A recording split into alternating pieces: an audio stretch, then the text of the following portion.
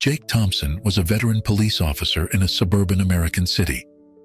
With over 2 decades of service under his belt, he had earned a reputation as a reliable and respected member of the force. However, Jake's worldview was firmly rooted in conservative values, often leading to a rigid interpretation of law and order.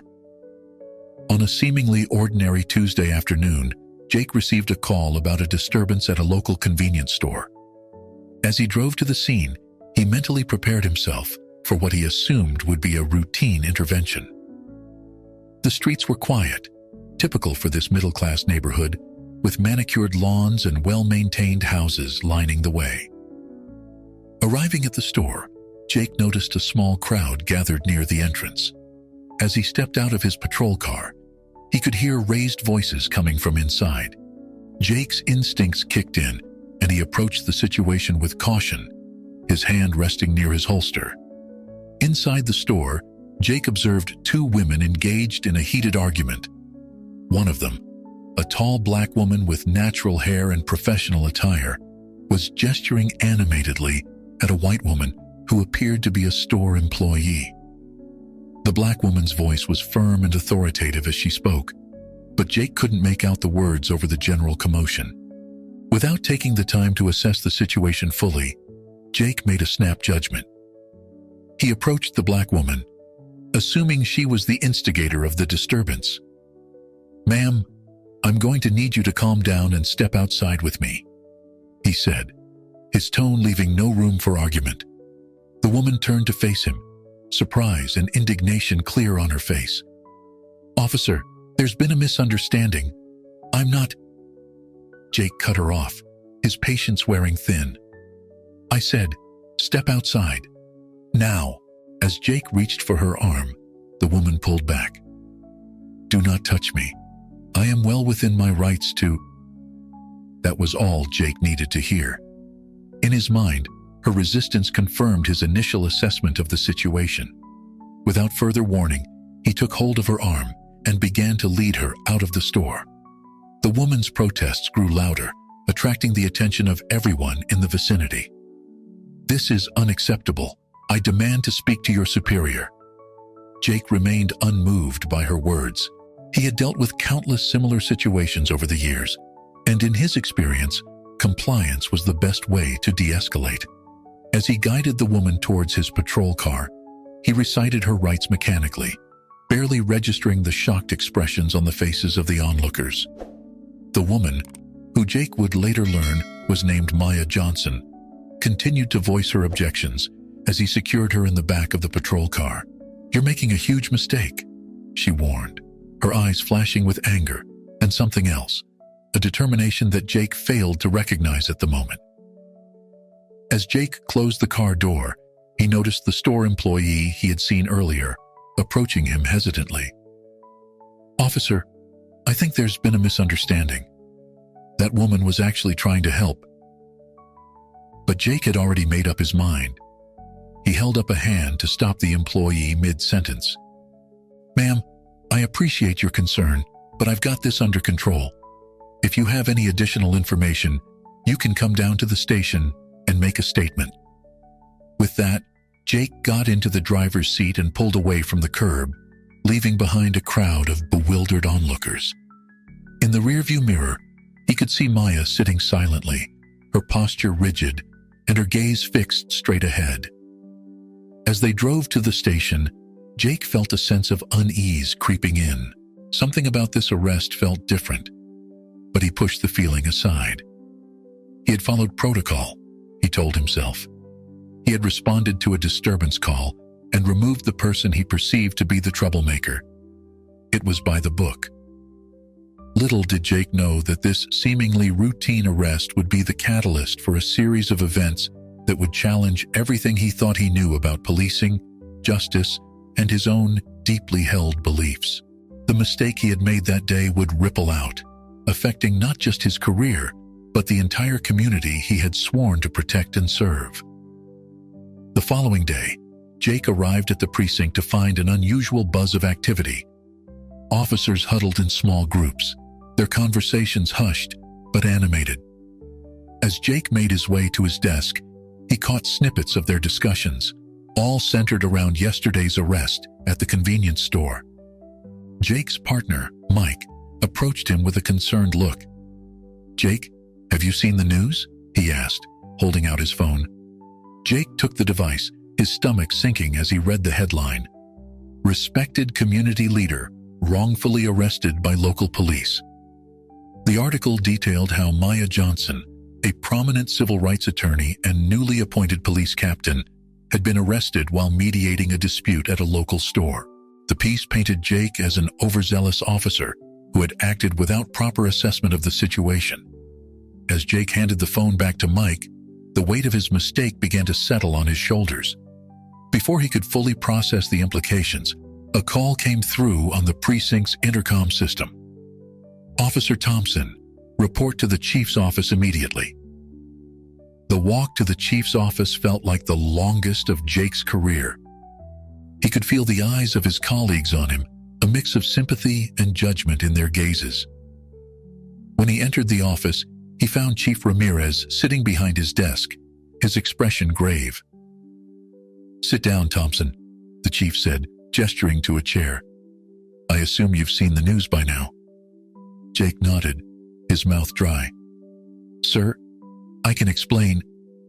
Chief Ramirez held up a hand, cutting him off. "Save it, Thompson. The situation is more complicated than you realize." He leaned forward, his voice low and serious. "The woman you arrested yesterday, Maya Johnson, she's not just any civil rights attorney. She's our new captain." The revelation hit Jake like a physical blow. He sat back in his chair, stunned into silence. The chief continued, outlining the gravity of the situation. Maya Johnson had been brought in as part of a citywide initiative to reform the police force, to bridge the gap between law enforcement and the community. Her wrongful arrest on her first day in the city was more than just an embarrassment. It was a potential powder keg in a community already tense with distrust towards the police. As the chief spoke, the door to the office opened. Jake turned to see Maya Johnson herself walk in, her presence commanding immediate attention. She was dressed in a crisp uniform, her captain's bars gleaming on her collar. Her eyes met Jake's, and he saw in them a mix of anger, determination, and something else, a challenge. "Officer Thompson," she said, her voice cool and professional, "I believe we have some matters to discuss." The tension in the room was palpable. Jake stood, struggling to find the right words. "Captain Johnson, Maya raised a hand, silencing him, just as he had silenced her the day before. "Save your explanations, officer. We'll have plenty of time to discuss your actions and their consequences." Chief Ramirez cleared his throat. "Captain Johnson has some innovative ideas for our precinct," he said, his tone making it clear that these ideas weren't entirely welcome. "She'll be implementing new training programs and community outreach initiatives, and you, Thompson, will be working closely with her on these projects." Jake felt as if the floor had dropped out from under him. Not only had he arrested his new superior officer, but now he was being assigned to work directly under her. He could already imagine the ridicule he'd face from his fellow officers, the loss of respect from the community he'd served for so long. Maya turned to Jake, her gaze unflinching. "Officer Thompson, I hope you're ready to challenge everything you think you know about policing, because things are about to change around here, and you're going to be at the forefront of that change." As Jake left the chief's office, his mind reeled with the implications of what had just happened. His career, his reputation, everything he had worked for over the past 2 decades, it all felt like it was crumbling around him.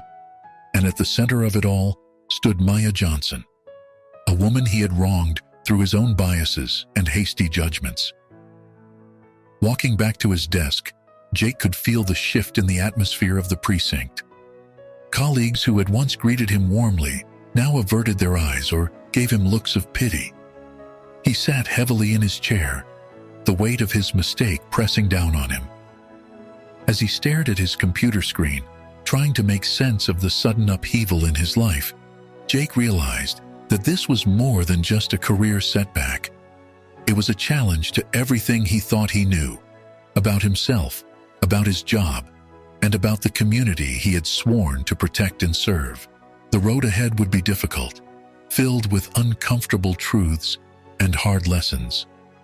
But as he glanced towards the chief's office, where Maya was now engaged in a heated discussion with Ramirez, Jake felt a flicker of something unexpected: curiosity. Despite his embarrassment and fear, a small part of him wondered what changes Maya would bring, and how they might transform not just the precinct, but the entire community. The day that had started with a news article about his mistake was ending with the promise of a journey into unknown territory. Jake Thompson, veteran officer and creature of habit, was about to embark on a path that would challenge every belief he held dear. And whether he was ready for it or not, change was coming to his world, with Maya Johnson leading the charge. A week after the incident, Captain Maya Johnson called an all-hands meeting for the entire police force. The precinct's largest conference room was packed, with officers lining the walls and spilling out into the hallway. Jake Thompson stood at the back, trying to blend in with his colleagues. Maya strode to the front of the room, her presence immediately commanding attention. "Good morning, everyone," she began, her voice firm and clear. "I'm sure you're all aware of the circumstances surrounding my arrival here. But today, we're not going to dwell on that. Instead, we're going to talk about the future of this department and our relationship with the community we serve." She clicked a remote, and a series of statistics appeared on the screen behind her. These numbers show a disturbing trend of escalating tensions between our officers and the citizens of this city. Complaints are up, trust is down, and we're facing a crisis of legitimacy.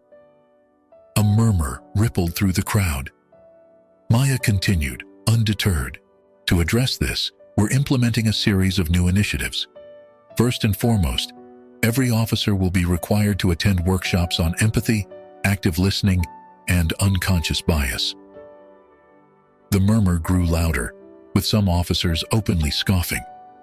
Jake felt a surge of indignation. They were trained professionals, not social workers. How was this going to help them do their jobs? As if reading his thoughts, Maya addressed the discontent head-on. "I know some of you might think this is unnecessary. You might believe that your experience on the streets is all you need, but I'm here to tell you that it's not enough. We need to do better." An officer near the front, a veteran named Miller, stood up. "With all due respect, Captain, we're already understaffed and overworked. How are we supposed to find time for these workshops?" Maya nodded, acknowledging the concern. "I understand your reservations, Officer Miller. But these workshops aren't just some feel-good exercise. They're essential tools that will help you do your jobs more effectively and safely." Jake found himself stepping forward, his frustration getting the better of him. "Captain," he said, his voice carrying across the room, "we're trained to handle difficult situations. We make split-second decisions that could mean life or death. How is talking about our feelings going to help with that?"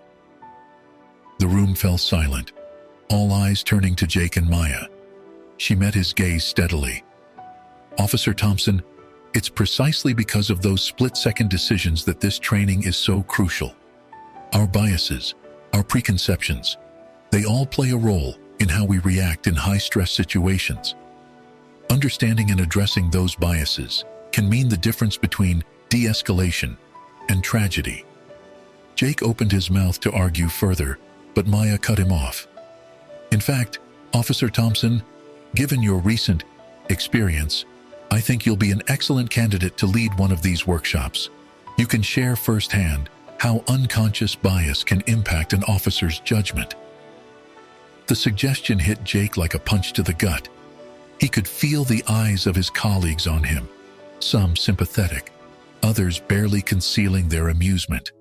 His face burned with embarrassment and anger. Maya continued, addressing the room at large. "Change is never easy, but it's necessary. We have a responsibility to this community, and right now, we're failing them. These initiatives are just the beginning. We'll also be implementing new de-escalation protocols, community outreach programs, and a civilian review board.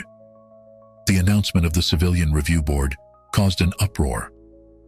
Officers began shouting questions and objections. Maya raised her hand, calling for quiet. I know this is a lot to take in, but I want you all to understand something. This isn't about punishing you. It's about making us better, making us the kind of police force this community deserves. As the meeting broke up, Jake found himself cornered by a group of fellow officers. Some were supportive, patting him on the back and assuring him that this new captain wouldn't last long.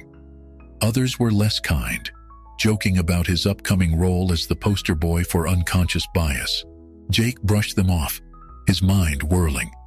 He'd joined the force to protect and serve, to make a difference. But now, it felt like everything he knew about policing was being called into question. As he watched Maya fielding questions from a group of concerned officers, he couldn't help but wonder, was she right? Was there really a need for such drastic changes? Later that day, Jake sat at his desk, staring at the email detailing the schedule for the upcoming workshops. His cursor hovered over the delete button, tempted to ignore the whole thing. But something stopped him, a nagging feeling that maybe, just maybe, there was something to learn here.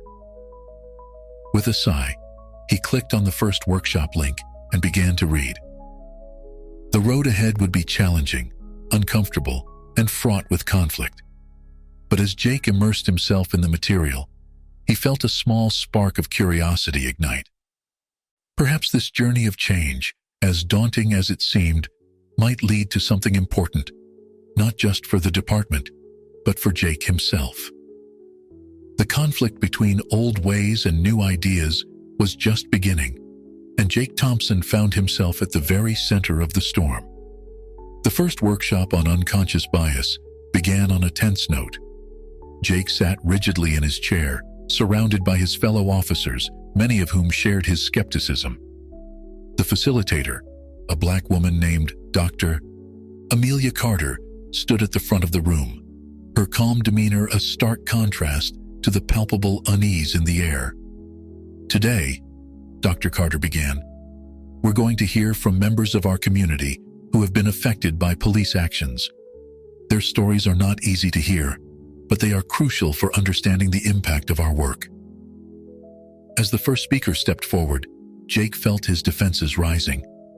He'd heard complaints before, seen the protests on TV. What could these people possibly say that he hadn't already heard? But as the stories unfolded, Jake found himself caught off guard.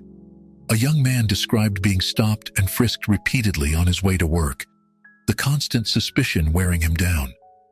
A mother tearfully recounted how her son, who suffered from mental illness, had been shot during a wellness check gone wrong.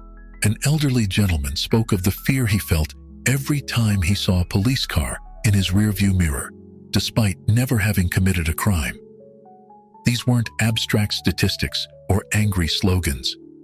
These were real people, members of the community he'd sworn to protect, sharing raw, painful experiences. Jake felt a knot forming in his stomach as he recognized elements of his own behavior in their stories. During a break, Jake found himself standing next to Captain Johnson. She seemed to sense his discomfort. "It's not easy, is it?" she said quietly. Jake shook his head. I didn't think." Maya nodded, understanding. "It's one thing to know something intellectually. It's another to really feel it, to see the human cost of our actions and inactions." As the workshop continued, Dr. Carter led them through exercises designed to uncover their own biases. Jake was surprised to find himself struggling with scenarios he would have once considered straightforward. He began to question decisions he'd made in the past, wondering how much of his judgment had been clouded by preconceptions he wasn't even aware of. The final speaker of the day was Maya herself. She stood before them, not as their captain, but as a member of the community they served. She shared her own experiences of discrimination, both as a civilian and as a police officer rising through the ranks. "I've been on both sides," she said, her voice steady but filled with emotion. "I've felt the fear of being pulled over for no reason, and I've worn the badge with pride. I've seen the best and worst of what we can be, and I believe with all my heart that we can do better." As Maya spoke, Jake found himself truly listening, perhaps for the first time. He thought back to the day he'd arrested her, remembering the assumptions he'd made, the warning signs he'd ignored. The weight of his mistake pressed down on him, but alongside it, a new feeling emerged, a determination to understand, to learn, to change. That evening, Jake sat alone in his apartment, lost in thought. He picked up an old photo album, flipping through images of his childhood in a small, predominantly white town. He saw himself as a young boy, proudly wearing his father's police hat.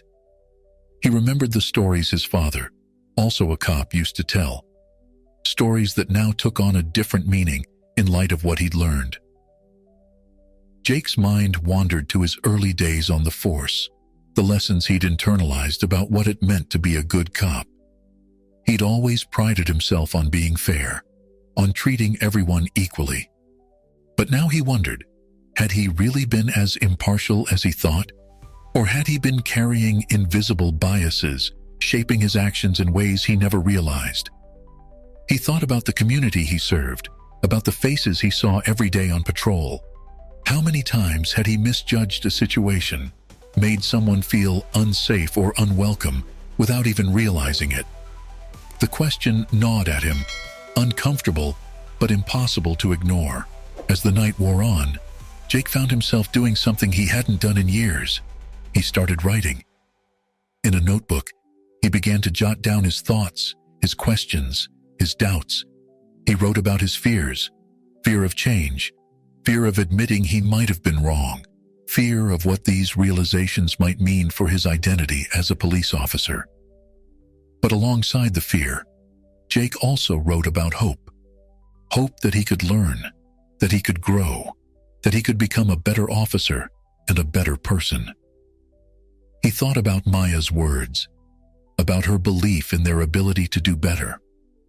And for the first time since this all began, Jake felt a spark of that belief himself.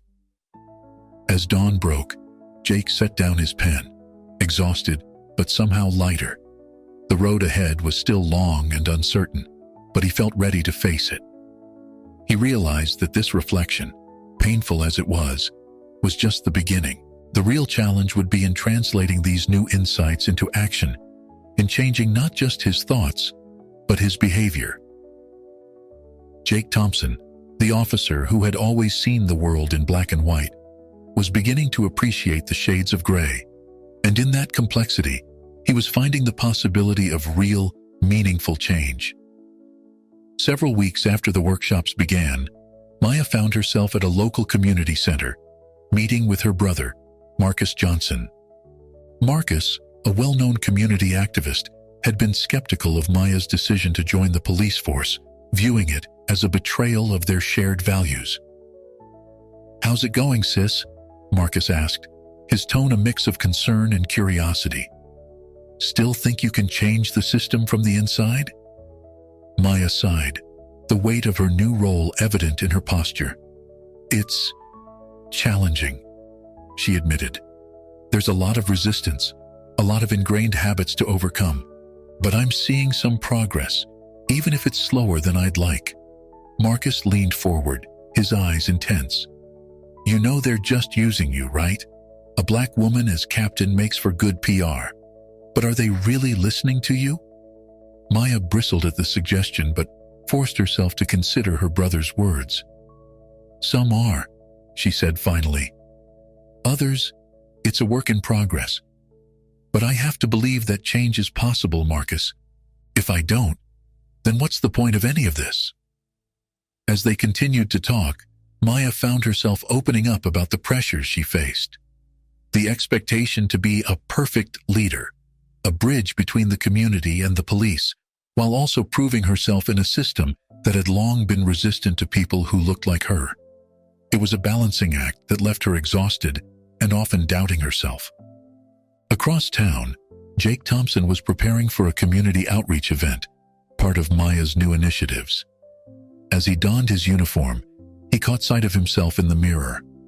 The face that looked back at him seemed different somehow. Older perhaps, but also more thoughtful.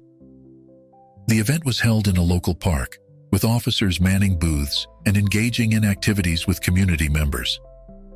Jake found himself at the grill, flipping burgers and making small talk with residents. It felt strange, this casual interaction. He was used to seeing people at their worst moments, not chatting about the weather over hot dogs. As the afternoon wore on, Jake noticed Maya moving through the crowd. She seemed in her element, laughing with children, listening intently to concerned parents, smoothing over tense moments with a well-placed word or gesture. He couldn't help but admire her skill, the way she navigated the complex dynamics of the event with grace and authority. Eventually, Maya made her way to Jake's station. "Officer Thompson," she said, a small smile playing at her lips. "I didn't know burger flipping was part of your skill set." Jake found himself returning the smile. "There's a lot you don't know about me, Captain," he replied, surprising himself with the ease of the banter. As they stood side by side, serving food and greeting community members, a tentative camaraderie began to form between them. They shared observations about the event, discussed the reactions of both officers and civilians, and even found themselves laughing together at a few of the day's more absurd moments. As the event wound down, Maya and Jake found themselves helping to clean up. Away from the crowds, in the quiet of the emptying park, they began to talk more openly. "I have to admit," Jake said, his voice low, "I didn't think any of this would work. The workshops, these events, I thought it was all just window dressing."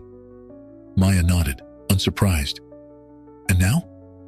Jake was quiet for a moment, considering. "Now, I'm not sure, but I think maybe I was wrong. About a lot of things." Maya looked at him, her expression softening. "That's a start, Jake. A really good start." As they finished cleaning, their conversation deepened. Jake found himself sharing some of the reflections he'd been having, the doubts and questions that had been plaguing him. To his surprise, Maya listened without judgment, offering insights from her own experiences. "It's not easy, questioning everything you've believed," she said, "but it's necessary.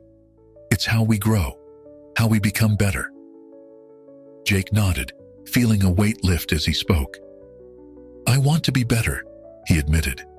"I'm just not always sure how." Maya smiled, a genuine warmth in her eyes.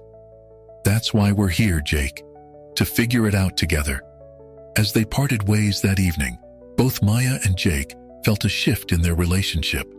The antagonism that had marked their early interactions had given way to something new, a tentative respect, a shared purpose, and the beginnings of what might, someday, become friendship. Maya, driving home, thought about her conversation with Marcus earlier that day. She had told him she believed change was possible. Now, thinking of her interaction with Jake, she felt that belief strengthen. It wouldn't be easy, and there would be setbacks along the way. But if someone like Jake Thompson could begin to change, to question and grow, then maybe there was hope for real, lasting transformation. Jake, too, found himself reflecting on the day as he headed home. He thought about the community members he'd interacted with, seeing them not as potential threats or problems to be solved, but as individuals with their own stories and struggles. And he thought about Maya, about her determination and her willingness to listen, even to someone who had wronged her so badly at the start. For the first time in weeks, Jake felt a sense of optimism about the future. The path ahead was still uncertain, filled with challenges and difficult conversations. But he no longer felt alone on that path. In Maya, he had found not just a superior officer, but an ally, a guide, and perhaps in time, a friend. As night fell over the city, both Maya and Jake settled into their homes, tired but content.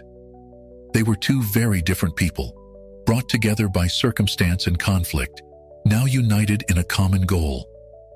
And in that unlikely alliance lay the seeds of change, not just for themselves, but for the entire community they served. In the months following the community event, Jake and Maya found themselves working more closely together. Their growing understanding had evolved into a tentative partnership, one that was beginning to attract attention both within the department and in the wider community. One morning, Maya called Jake into her office. "I've been thinking," she began, her tone serious but tinged with excitement. "We need to do more than just workshops and community events. We need a project that can really showcase what community policing can look like." Jake leaned forward, intrigued. "What did you have in mind, Captain?" Maya outlined her vision, a comprehensive community engagement initiative that would pair officers with local organizations to address issues like youth mentorship, addiction support, and neighborhood safety. It was ambitious, far beyond anything the department had attempted before. "It's going to face a lot of resistance," Jake pointed out, his mind already running through the potential obstacles. Maya nodded, a determined glint in her eye. "That's why I need your help, Jake. You know this department. You know the community. Together, we might just be able to pull this off." As they began to work on the project, Jake and Maya found their different perspectives and experiences complementing each other in unexpected ways. Jake's years on the force gave him insight into the practical challenges they'd face, while Maya's connections in the community opened doors that had long been closed to the police. Their first major hurdle came in the form of a contentious town hall meeting. As Maya presented their plans, a group of vocal opponents, including some of Jake's former allies on the force, attempted to shout her down. Jake, watching from the sidelines, felt a surge of anger. Without thinking, he stepped up to the microphone. "I know many of you don't trust this initiative," he said, his voice steady. "Hell, a few months ago, I wouldn't have trusted it either. But I've seen firsthand the difference this approach can make. We have a chance to really change things for the better. Isn't that worth trying?" His words didn't convince everyone, but they did calm the room enough for the meeting to continue. Later, Maya pulled him aside. "Thank you," she said simply, the gratitude clear in her eyes. Jake shrugged, a bit embarrassed by his impromptu speech. Just telling the truth. As they continued to work on the project, Jake and Maya faced challenges from all sides. Some community members remained skeptical, seeing the initiative as too little, too late. Within the department, a vocal minority saw their efforts as a betrayal of traditional policing values. One afternoon, as they were leaving a particularly difficult meeting with the police union, Jake found a note slipped under his windshield wiper. The message was clear: "Back off, or else." He showed it to Maya, his jaw tight with anger. "They're scared," Maya said, her voice calm, but her eyes flashing with determination. "It means we're making a difference." Despite the threats and setbacks, their alliance continued to strengthen. They spent long hours together, strategizing, problem-solving, and sometimes just talking. Jake found himself opening up about his past, about the experiences that had shaped his view of policing. Maya shared her own story, the challenges she'd faced as a Black woman rising through the ranks. Their project began to gain traction. A youth mentorship program, pairing at-risk teens with officers for after-school activities, showed promising early results. A community safety initiative, which involved residents in neighborhood watch programs and improved communication with local beat cops, led to a noticeable decrease in petty crime. As word of their success spread, Jake and Maya were invited to speak at a regional law enforcement conference. Standing side by side at the podium, they presented their vision for a new kind of policing, one rooted in community engagement and mutual respect. "It's not easy," Jake told the audience, his voice firm with conviction.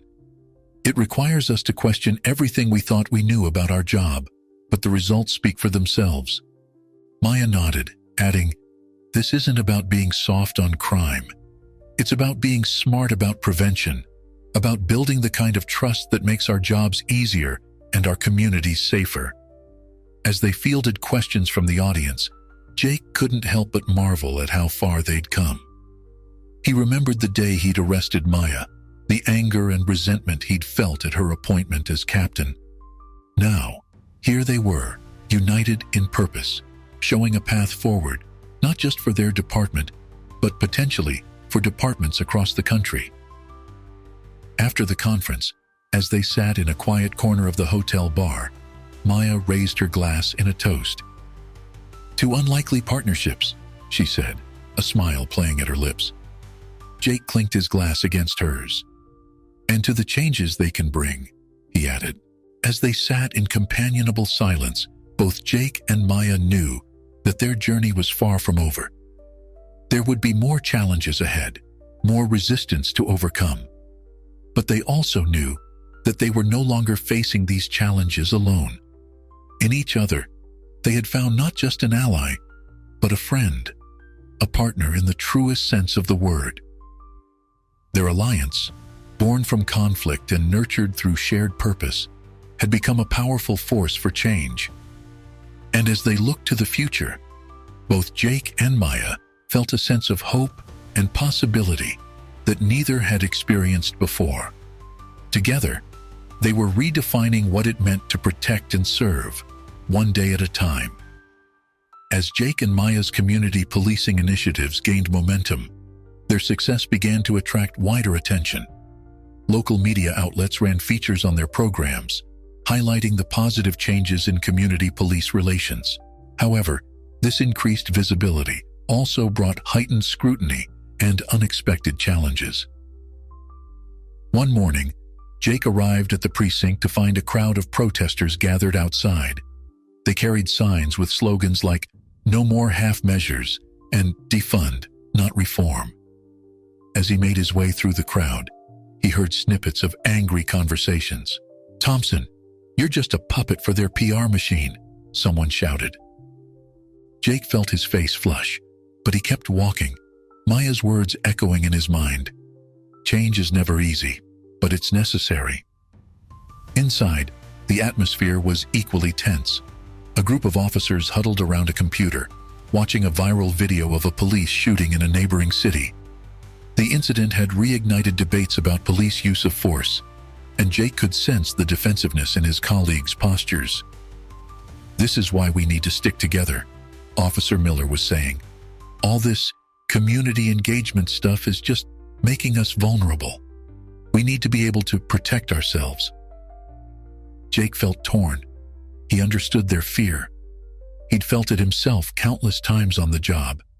But he also knew that this mentality was exactly what they were trying to change. Later that day, Maya called an emergency meeting. "I know everyone's on edge," she began, her voice steady but tinged with concern. "The incident in the neighboring city has stirred up a lot of emotions, but we can't let it derail the progress we've made." As she spoke, Jake noticed the divide in the room. Some officers nodded in agreement, while others crossed their arms, skepticism clear on their faces. The tension was palpable. After the meeting, Jake and Maya stayed behind to strategize. "We're at a tipping point," Maya said, rubbing her temples. "If we can't keep the department united, everything we've worked for could fall apart." Jake nodded, feeling the weight of their challenge. "And the community is getting restless too. They want to see more dramatic changes, faster." As they discussed potential solutions, Jake's phone buzzed with a news alert. He read it, his face growing pale. "There's been an incident," he said, his voice tight. "A teenager was shot by police during a traffic stop on the other side of town." Maya was already on her feet, reaching for her jacket. "We need to get down there, now." When they arrived at the scene, it was chaos. A crowd had gathered, their anger palpable. Jake could see the fear on the faces of the young officers who had responded to the call. As he and Maya approached, someone recognized them. "Here come the reformers!" a voice shouted sarcastically. "What are you going to do? Hold another community picnic?" Maya stepped forward, her voice calm but authoritative. "We're here to ensure a full and transparent investigation. No one wants justice more than we do." As she spoke with community leaders and tried to calm the crowd, Jake worked to gather information from the officers involved. The story that emerged was complicated: a misunderstanding, a sudden movement, a split-second decision with tragic consequences. In the days that followed, the tension in the city reached a boiling point. Protests grew larger and more frequent. Social media was ablaze with debates about police reform, with Jake and Maya's initiatives often at the center of the discussion. Some praised their efforts, pointing to the positive changes they'd made. Others criticized them for not going far enough, arguing that true change required a complete overhaul of the system. And there were those who saw their work as a betrayal of traditional policing values, weakening the force and endangering officers. Jake found himself the target of both praise and criticism. Some community members saw him as a symbol of change, proof that even the most entrenched officers could evolve. Others viewed him with suspicion, unable to forget or forgive past incidents. One evening, as Jake was leaving the precinct, he found his car vandalized, the words "traitor" spray-painted across the hood. He stood there, staring at the harsh letters, feeling the weight of the past few months pressing down on him. Maya found him there, her face etched with concern. "Jake," she said softly, "are you okay?" He turned to her, his expression a mix of anger and determination. "No," he said honestly, "but I will be. We're doing the right thing, aren't we?" Maya nodded, her eyes meeting his. "We are. It's not easy, and it's not perfect, but it's necessary." As they stood there, the tension of the city swirling around them, Jake and Maya knew they were standing at a crossroads. The path forward was uncertain, fraught with challenges from all sides. But they also knew that turning back was not an option. The growing tension was a sign of the deep-seated issues they were trying to address. It was uncomfortable, even frightening at times. But it was also an opportunity, a chance to push for real, lasting change. As night fell over the city, Jake and Maya headed back inside the precinct, ready to face whatever challenges the next day might bring. The tension was growing, but so was their resolve. They had come too far to turn back now. The tension that had been building in the city finally reached its breaking point on a sweltering summer afternoon. A large-scale protest against police brutality had been organized in response to the recent shooting incident. Thousands of people flooded the streets, their chants echoing off the buildings. No justice, no peace. Jake and Maya found themselves at the center of the storm. They had been working tirelessly to implement de-escalation strategies and ensure a peaceful demonstration, but the sheer scale of the event was testing the limits of their preparations. As Maya coordinated with protest organizers and community leaders, Jake was on the front lines with his fellow officers. He could feel the nervousness radiating from the younger cops, their hands twitching near their holsters. "Stay calm," he reminded them. "Remember your training. We're here to protect their right to protest." For hours, the demonstration remained largely peaceful, if tense. But as the sun began to set, the mood shifted. A small group of agitators, faces masked, began throwing bottles and rocks at the police line. The air grew thick with tension, a powder keg ready to explode. Maya's voice crackled over the radio. "All units, maintain discipline. Do not engage unless absolutely necessary." Jake watched as his colleagues absorbed the command, some nodding in agreement, others grumbling in frustration. He could see the conflict in their eyes, the instinct to retaliate warring with the new approaches they'd been learning. Suddenly, a Molotov cocktail arced through the air, exploding near a group of officers. In the chaos that followed, Jake found himself separated from his unit, surrounded by a sea of angry protesters. His training kicked in, and he began to look for a way to de-escalate the situation. "Everyone, "Please stay calm," he shouted, hands raised in a non-threatening gesture. "We're here to protect your right to protest. Let's not let a few bad actors ruin this." For a moment, it seemed to be working. The crowd around him hesitated, some even nodding in agreement. But then, from somewhere in the back, a new chant started. "Pig! Pig! Pig!" The mood shifted again, and Jake felt the crowd pressing in. He reached for his radio, but before he could call for backup, he felt a sharp pain in his side. Someone had struck him with a piece of debris. Instinctively, Jake's hand moved towards his weapon. It was the move he'd been trained to make countless times before. But in that split second, he hesitated, Maya's voice echoing in his mind. "We have to be better. We have to show them a different way." Instead of drawing his weapon, Jake took a deep breath and raised his hands again. "I'm not here to fight you," he said, his voice steady despite the pain. "I'm here to listen, to understand. Please, let's talk about this." The sincerity in his voice seemed to cut through the anger. The crowd's momentum faltered, and in that moment of confusion, a group of community leaders who had been working with Maya pushed through. "This man is one of the good ones," one of them shouted. "He's been working with us, trying to make things better. Don't prove the people who say we're just here to cause trouble, right?" As the tension slowly began to dissipate, Maya arrived with reinforcements. She took in the scene quickly, her eyes widening when she saw Jake's injury. "Get him out of here," she ordered, before turning to address the crowd.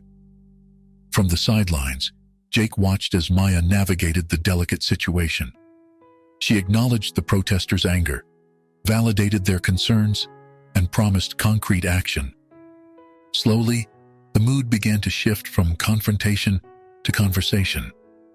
As paramedics tended to his injury, Jake couldn't help but feel a mix of emotions: pride in how far they'd come, fear for how close they'd come to disaster, and a gnawing worry about what would come next. Later that night, as the city slowly calmed, Jake and Maya met in her office. Both looked exhausted, the weight of the day's events heavy on their shoulders.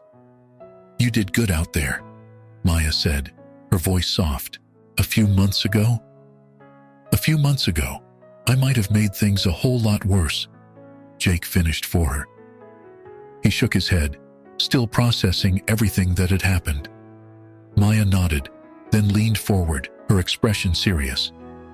"But we're not out of the woods yet. This crisis, it's going to force everyone to take sides. The department, the community, the politicians. We're going to face pressure from all directions." Jake met her gaze, understanding the gravity of the situation. "So what do we do?" "We keep going," Maya said firmly. "We use this as an opportunity to push for even more significant changes, but we have to be smart about it, strategic." As they began to plan their next moves, both Jake and Maya knew that the real test was just beginning. The crisis had brought all the simmering tensions to the surface. How they responded now would determine not just the future of their initiatives, but the future of policing in their city.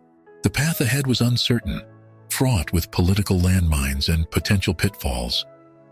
But as they worked through the night, Jake and Maya found strength in their partnership, in the progress they'd made, and in their shared vision for what policing could be. The crisis had pushed them to the brink, but it had also shown them the true power of their alliance. Together, they were ready to face whatever challenges lay ahead, determined to turn this moment of crisis into an opportunity for real, lasting change. In the wake of the protest crisis, the city was a powder keg of tension and conflicting interests. Jake and Maya found themselves at the center of a political and social storm, with pressure mounting from all sides. Early one morning, Maya called an emergency meeting with Jake and a small group of trusted officers. Her face was grave as she closed the door behind them. "We have a problem," she began, her voice low and serious. "I've uncovered evidence of a group within our force that's been actively working to undermine our initiatives." Jake felt a chill run down his spine. How deep does it go? Maya's eyes met his, filled with a mix of anger and determination. Deep enough to be dangerous. And they're using you, Jake, as their scapegoat. She laid out the details. A cabal of officers, led by a high-ranking captain, had been sabotaging their community policing efforts. They'd been planting negative stories in the media, intimidating supportive officers, and even orchestrating some of the violent outbreaks during protests.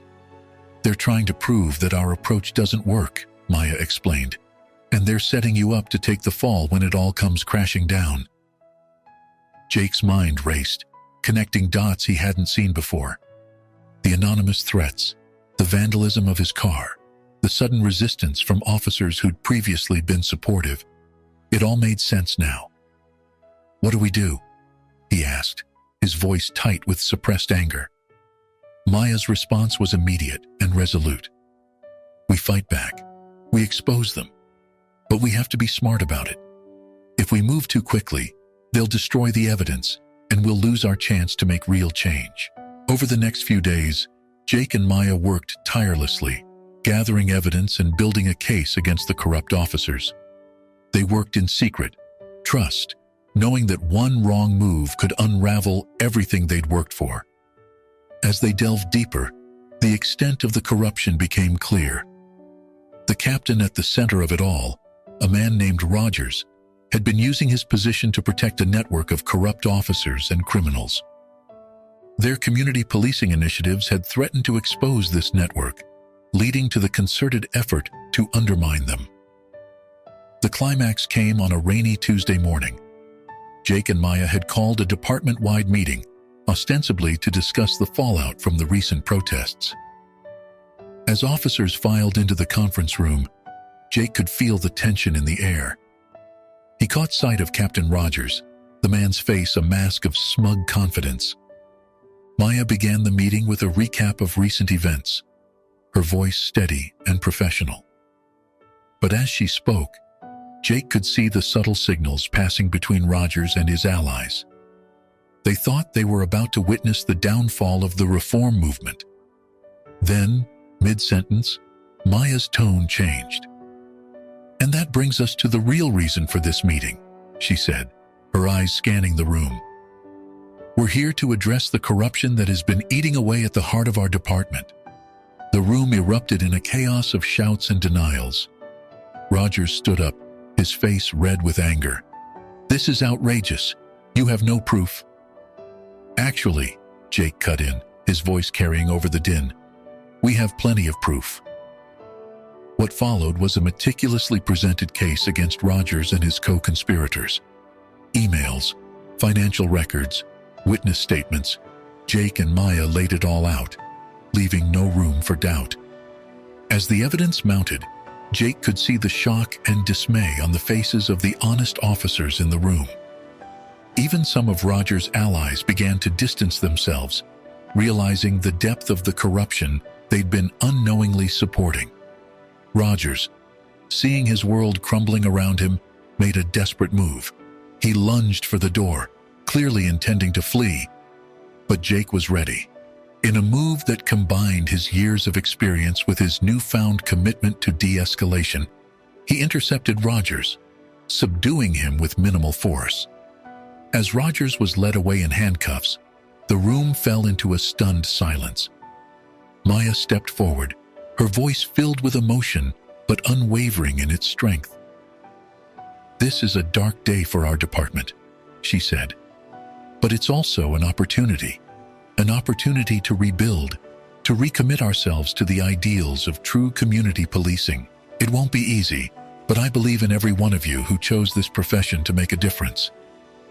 Jake stood beside her, surveying the room. He saw shock, anger, and confusion on many faces, but he also saw hope, determination, and a dawning realization of the possibility for real change. As the meeting broke up and officers filed out in various states of disbelief, Jake and Maya shared a moment of quiet triumph. They had faced their greatest challenge and come out victorious. But both knew that the real work was just beginning. The exposure of such deep-rooted corruption would shake the department to its core. It would also put their reform efforts under an even more intense spotlight.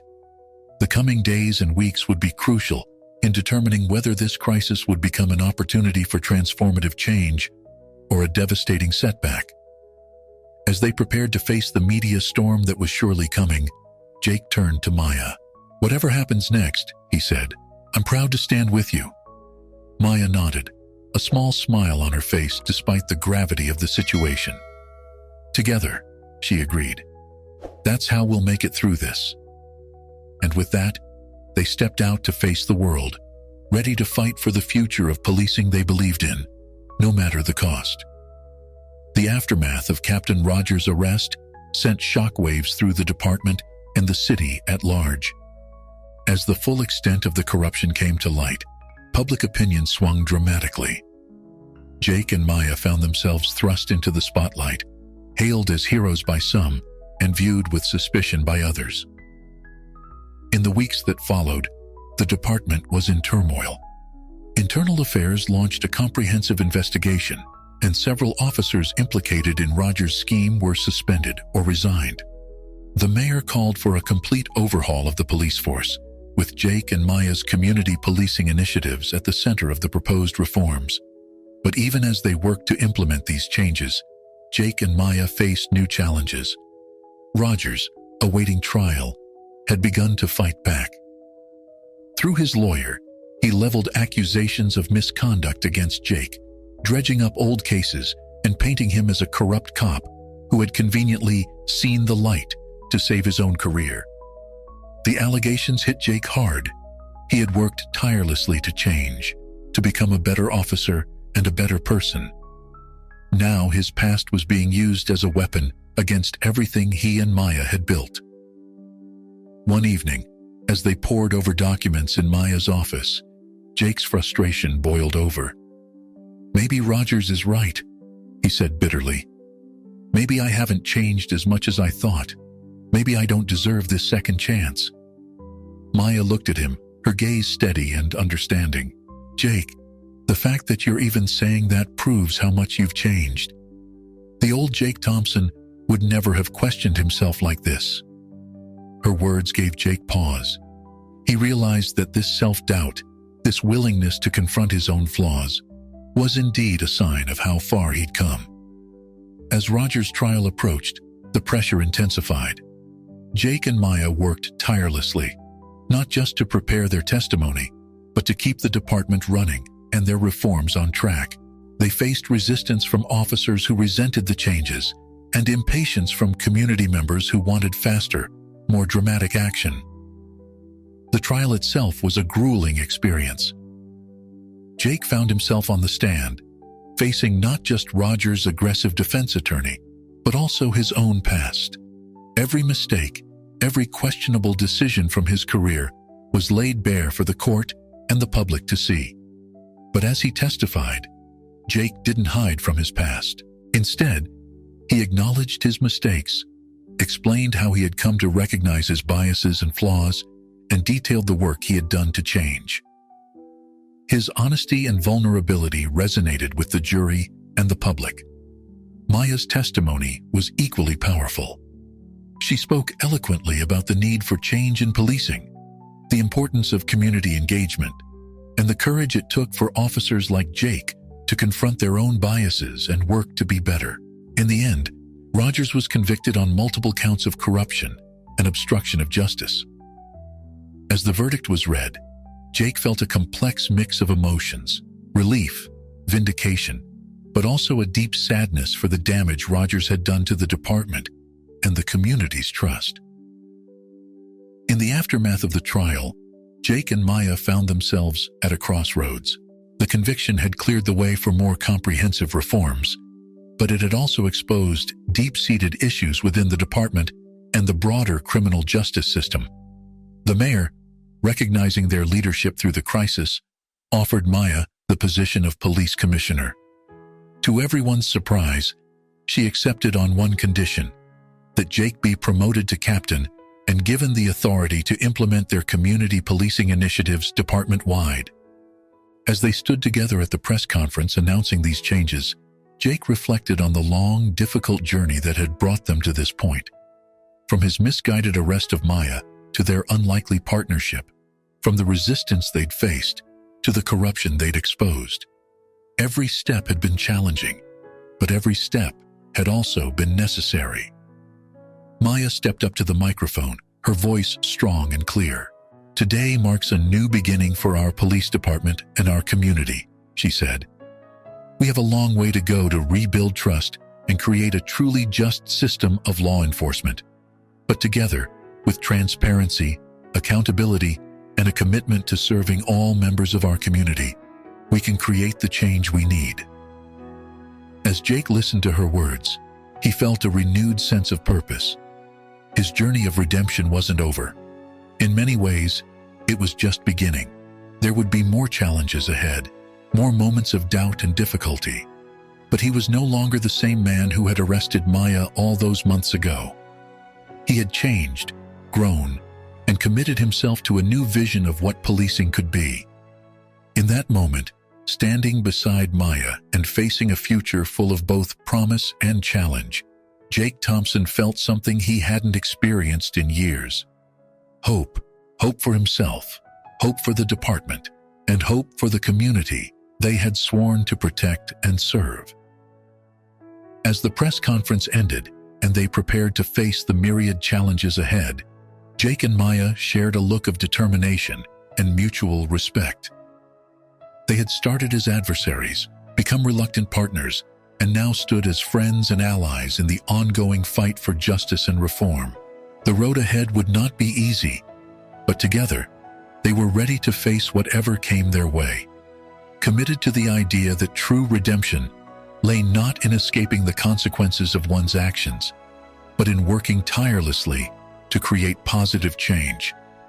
And so, as they stepped off the stage and into their new roles, Jake and Maya began the next chapter of their journey. Not just as police officers, but as architects of a new, more just system of law enforcement. The story of their redemption and the redemption of their department was far from over. In fact, in many ways, it was just beginning.